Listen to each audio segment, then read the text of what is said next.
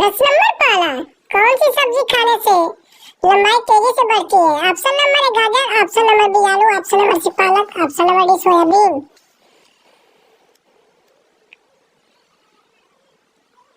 इसका सही जवाब होगा ऑप्शन नंबर सी पालक। प्रश्न नंबर 2, भारत के किस राज्य में केवल 2 जिले हैं?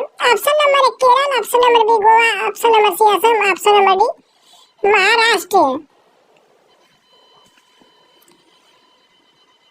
इसका सही जवाब होगा ऑप्शन नंबर बी गोवा। प्रश्न नंबर 3, किस जीव के पास फेफड़ा नहीं होता है? ऑप्शन नंबर ए सांप, ऑप्शन नंबर बी ऊंट, ऑप्शन नंबर सी मछली, ऑप्शन नंबर डी चींटी। इसका सही जवाब होगा ऑप्शन नंबर डी चींटी।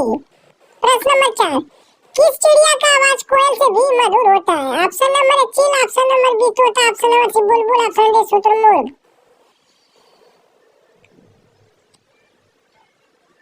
इस प्रश्न का सही जवाब होगा ऑप्शन नंबर सी बुलबुल। प्रश्न नंबर 5, मोदी सरकार ने नोटबंदी घोषणा कब की थी? Option number A 2016, option number B 2014, option number C 2012, option number D 2018। इस प्रश्न का सही जवाब होगा ऑप्शन